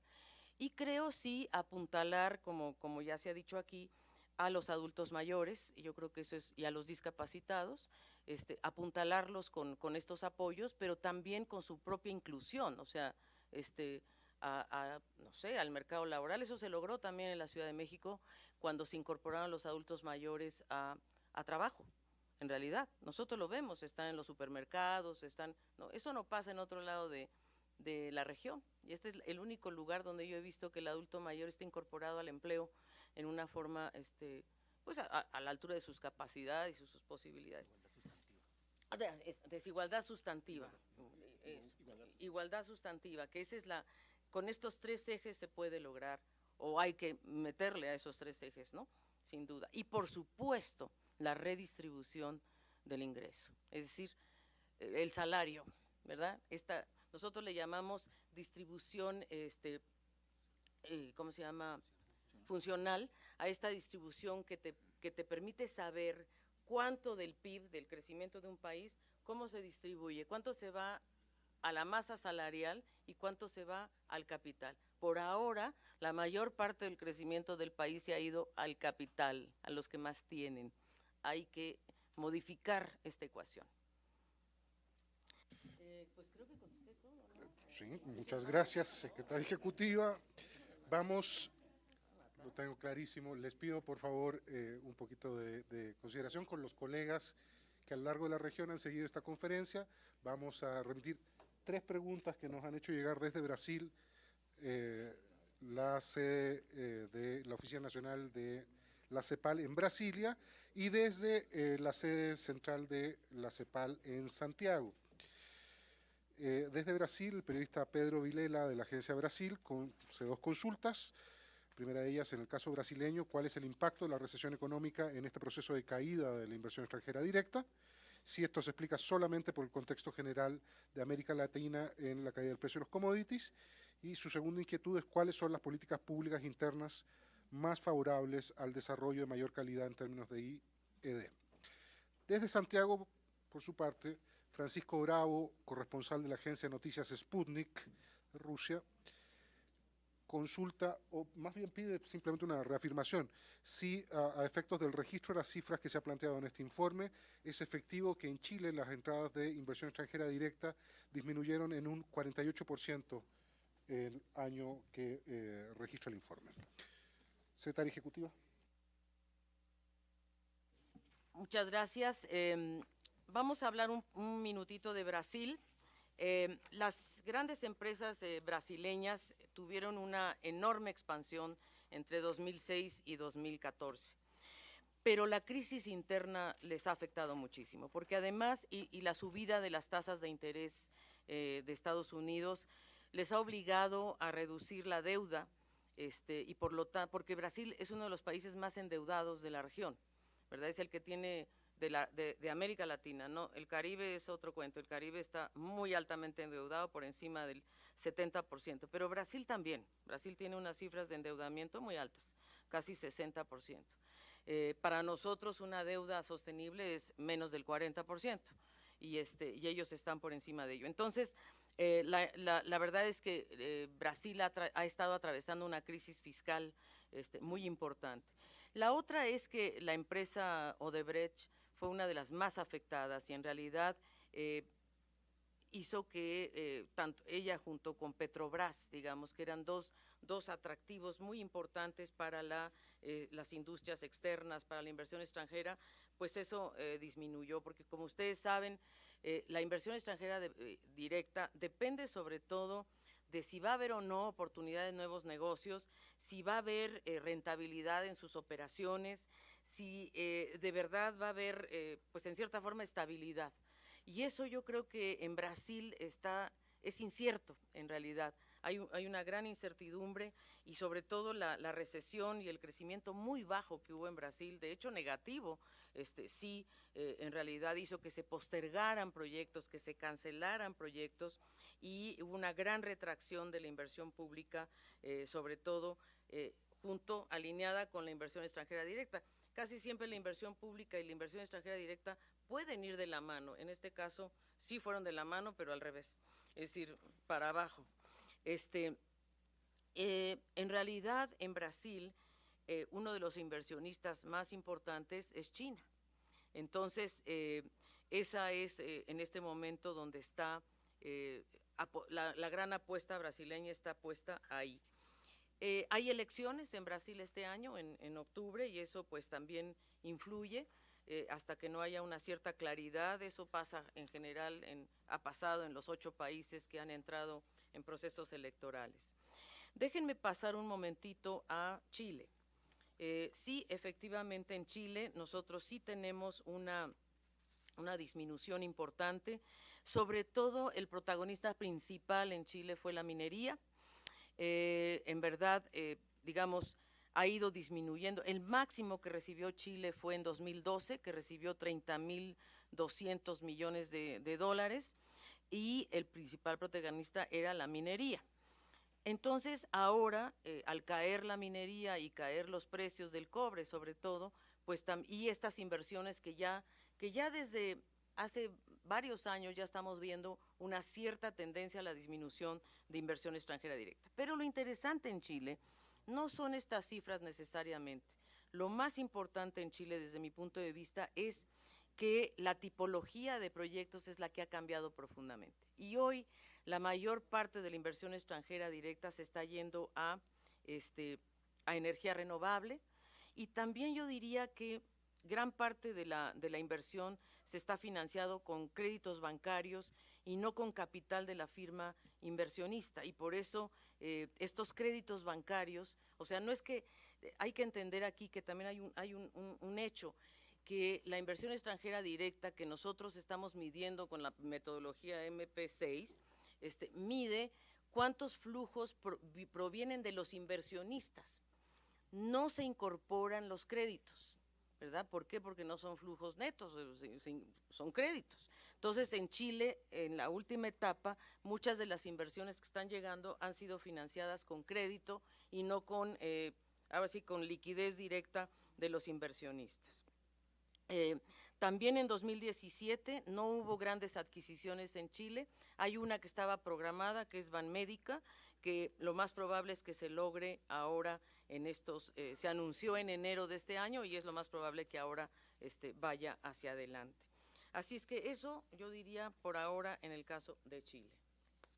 Muchas gracias, secretaria ejecutiva. Vamos a tomar unas últimas 2, 3 preguntas, cuando mucho, de la sala CAP. Estamos un poco excedidos en el tiempo que habíamos previsto. Así que les agradecería si le pueden acercar los micrófonos en el pasillo. Ah, ya lo tienes. Sí.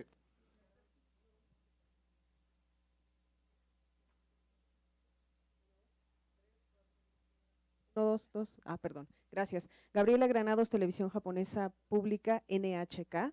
Tengo 2 temas, si fuera posible brevemente inclusive. Uno es poder poner en dimensión y tendencia la inversión de países asiáticos, en particular, bueno, China y Japón. Por ejemplo, en el caso de México vemos que el comercio con China es mucho más grande, pero la inversión de Japón el año pasado fue 7.2 veces la inversión china. Entonces, ¿cómo están viendo esa relación entre estos y otros países del área en cuanto a México y América Latina y la tendencia, ¿no? Y la otra es, ahora sí que aprovechando los otros temas, si nos pudiera poner un poquito en dimensión el tema de los famosos 500,000 millones de ahorro por combate a la corrupción propuestos por el Andrés Manuel López Obrador, que se mencionaron durante la campaña, como eso qué tanto es y realmente cómo se puede obtener ese combate a la corrupción en términos económicos, ¿no? ¿En qué aspectos tiene que intervenirse para que eso se vaya realmente logrando y si es factible y para cuánto alcanza? Gracias. Muchas gracias, Gabriela. ¿Le puede, por favor, a la colega de rojo que está justo en el pasillo? Por favor. Gracias, buenos días, tardes ya. Angélica Rivera de Canal 11. Solamente para precisar, secretaria, ya hablaba de lo factible que serían las propuestas de Andrés Manuel en relación a la pensión de adultos mayores y de la beca a los jóvenes, pero en general las propuestas económicas de López Obrador perfilarían a un aumento de inversión extranjera directa en México. Gracias, Angélica. Vamos a tomar una última pregunta de la colega que está con los lentes. Sí, buenas tardes. Ivonne Martínez de la agencia Notimex. Para la doctora Ivonne Martínez de la agencia Notimex. Quisiera saber su opinión respecto a esta guerra comercial que se ha desatado con Estados Unidos y acentuaría un poco más la caída en inversión extranjera que ha tenido la región, en particular México. Y también su opinión sobre cuál debe ser la postura de México o del nuevo gobierno que encabezará López Obrador respecto a la renegociación del Tratado de Libre Comercio. Gracias. Muchas gracias, Ivonne. Vamos a hacer una excepción, vamos a tomar una última pregunta del colega del país, si no me equivoco, que había pedido la palabra en la primera ronda. Por favor, si eres tan amable. Gracias. Ignacio Fariza, del diario El País. Quería hacer una pregunta en concreto sobre el resultado de inversión extranjera directa, la evolución 2017-2016 de México, porque según los datos del gobierno mexicano subía un 11%. No sé muy bien dónde está esa diferencia entre sus datos, los de ACEPAL y los de los oficiales mexicanos. Y por otro lado, quería ver si podían profundizar un poco en el caso de Argentina. Han dejado caer que tiene que ver con el cambio en las políticas, ¿no?, a la hora de traer inversión, pero quería ver si podía desarrollar un poquito más ese caso. No sé si Mario Cimoli o usted, Alicia. Gracias. Muchísimas gracias, Ignacio. Secretaria Ejecutiva. Le voy a dar a Cimoli la de Japón y la de Argentina. Para efectos de recordárselo simplemente a quienes nos siguen por el web streaming, reitero, el secretario ejecutivo adjunto interino de la CEPAL, Mario Cimoli. En relación a lo que tiene que ver con Japón, sí, Japón sigue siendo, vimos los gráficos precedentemente, un actor importantísimo en la inversión directa extranjera en México. Para lo que se puede afirmar viendo eso es que para Japón, México sigue siendo y será una plataforma importante en la producción del sector automotriz y parte del sector electrónico. Esto es evidente por los datos que hay. El modelo entre Japón y China es completamente distinto. China es un país que ha invertido también en el sector automotriz en algunos sectores, pero no tiene los volúmenes ni la construcción, capacidad técnica que es y la propuesta estratégica que tiene el caso de Japón. O sea, son dos modelos distintos. De hecho, uno ve que el sector electrónico de la electrónica en México utiliza muchos insumos importados de China para bajar precios y eso hace sí que tenga un problema en su industria intermediaria en la construcción de cadena de valor. Esto es sobre lo de China, sobre lo del Estado. No, sorry,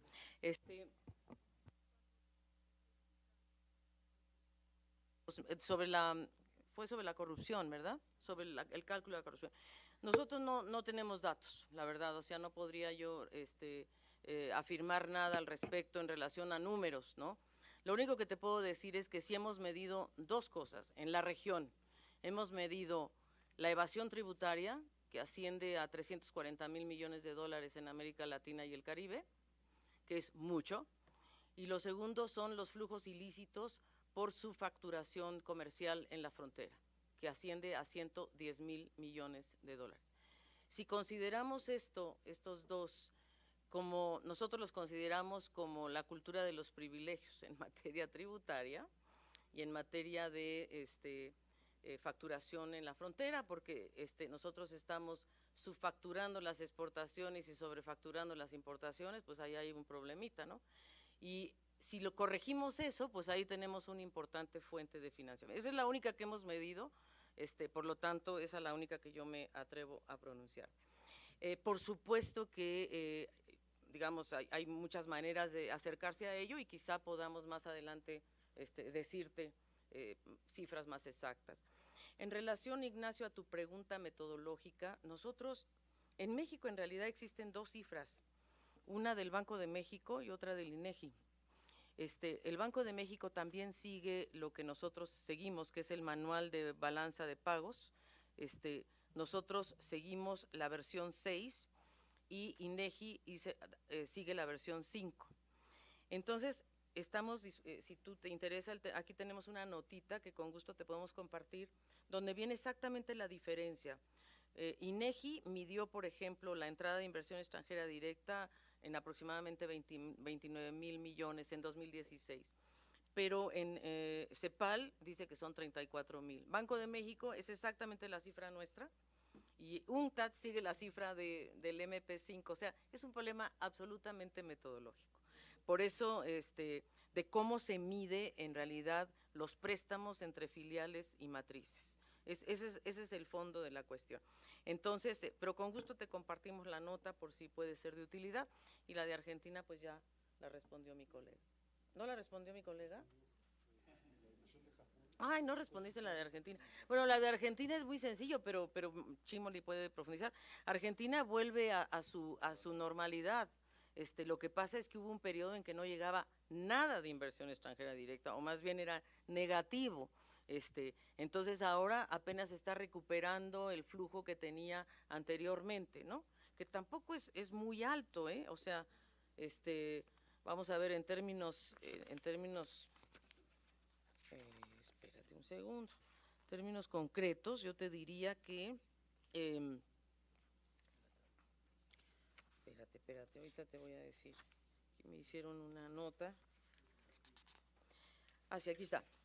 La entrada de IED a Argentina fue de 11,517 millones en 2017. Entonces, lo único que está pasando es que se está recuperando respecto al anterior. ¿Y por qué nos da 253%? Porque en 2016 fue de 3,260. Entonces, en realidad está llegando a sus cifras anteriores.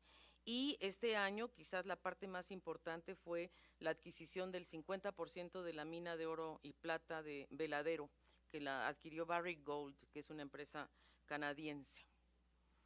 Entonces eso es.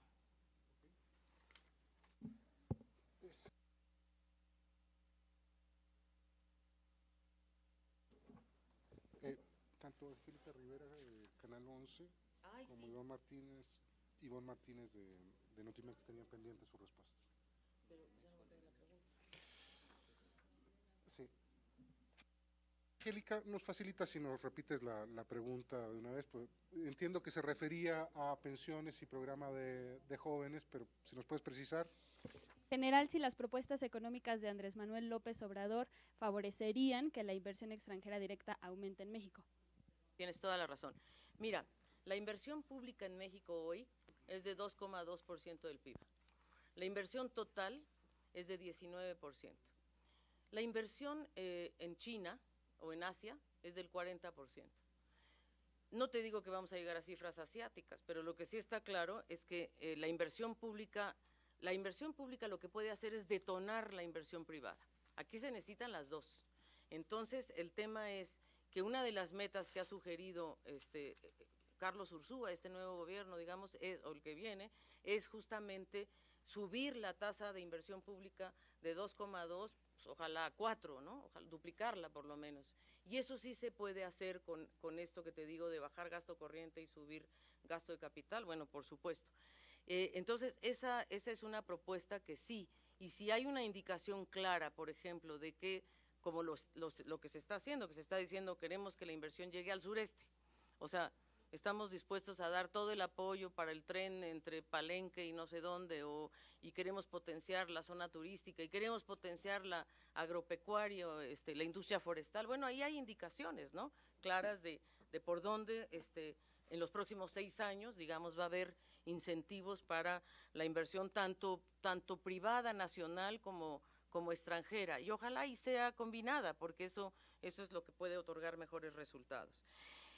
Me parece a mí que de las propuestas económicas está, por supuesto, el crecimiento de la productividad, la densificación, los encadenamientos, la reducción de brechas estructurales, que nosotros también creemos, esta heterogeneidad entre grandes empresas y pequeñas y medianas, cómo logras estos encadenamientos y mejorar la recaudación. Yo creo que ese es otro de los grandes temas. No necesariamente subirlos, pero mejorar el esquema de recaudación. Ahora, ¿cuáles son los determinantes de una posible inversión extranjera directa para México? ¿Qué es lo que busca la inversión extranjera directa a la final? Busca mercado interno, pero también busca productividad, es decir, busca que en el país a donde van a invertir haya expertos de calidad, y en eso México ha evolucionado muchísimo. ¿Por qué viene la industria automotriz a México? Viene porque aquí ya hay expertos, capacidades que se han desarrollado y por lo tanto no tienen que invertir en el aprendizaje.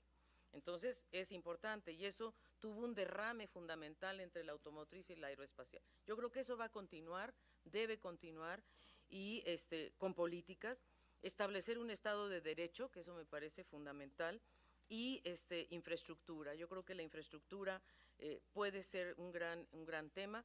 Y sobre todo yo creo que algo que pasó acá en México esta semana, yo creo que es digno de destacar, es que se vivió un proceso muy pacífico, muy transparente y con mucha concordia. Es decir, aquellos que pensaban que iba a haber lío y no sé cuánto, pues la verdad, no.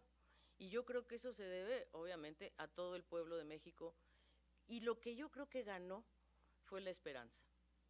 Y yo creo que eso es lo que las empresas le llaman expectativas. Entonces, nosotros los ciudadanos le llamamos esperanzas. Y yo creo que va a privar la expectativa positiva si logramos avanzar en estos terrenos. ¿Quién me falta? Secretaria Ejecutiva, Ivonne Martínez de Notimex había planteado su inquietud respecto a los efectos o el impacto de la guerra comercial en curso.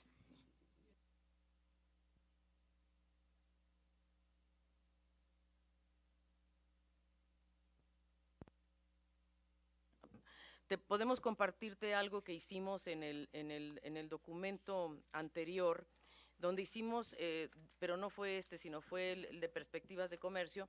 Hicimos 4 escenarios en relación al Tratado de Libre Comercio. ¿Qué pasaría si? ¿Qué pasaría si? ¿Qué pasaría si? 4 escenarios. Aquí los tengo. El primer escenario es el escenario donde se moderniza el tratado, se eliminan las barreras no arancelarias y aumenta el 5% de las exportaciones y la inversión nacional y extranjera. Si eso pasara, tendría un impacto positivo de 0,2 puntos del PIB positivo. Si se mantiene el Telecán, pero hay ajustes proteccionistas y poco grado de modernización, entonces se reducen posiblemente las exportaciones un 5% en lugar de crecer, y entonces ahí tendríamos, y la inversión, y tendríamos posiblemente un impacto negativo de 0,2 puntos del PIB. Si se cancela el Telecán, pero se respetan los acuerdos de la OMC y las tarifas de nación más favorecida, se reducirían las importaciones en un 20% y la inversión, y entonces caería el PIB en menos 0,6%. Y si de plano se cancela el Telecán, no se respeta la OMC, se reducen, ni tampoco las tarifas de nación más favorecida, y se reducen en un 35% las exportaciones y la inversión, entonces la caída sería de 1,1 puntos del PIB. Es decir, esos son los 4 escenarios. El peor es el de menos 1,1, el menos malo es de 0,2. Ahora, creo que tú me preguntabas cuál va a ser qué va a pasar con el tratado. Bueno, hay 3 temas que están pendientes y que hasta ahora lo que yo he escuchado es que se va a dar continuidad a la negociación como se está llevando adelante y ya se verá en el momento en que el gobierno tome posesión en dónde estamos, se hará un balance, ¿no? Pero los 3 temas pendientes es las reglas de origen, que es yo creo que uno de los temas que sigue siendo de gran impacto.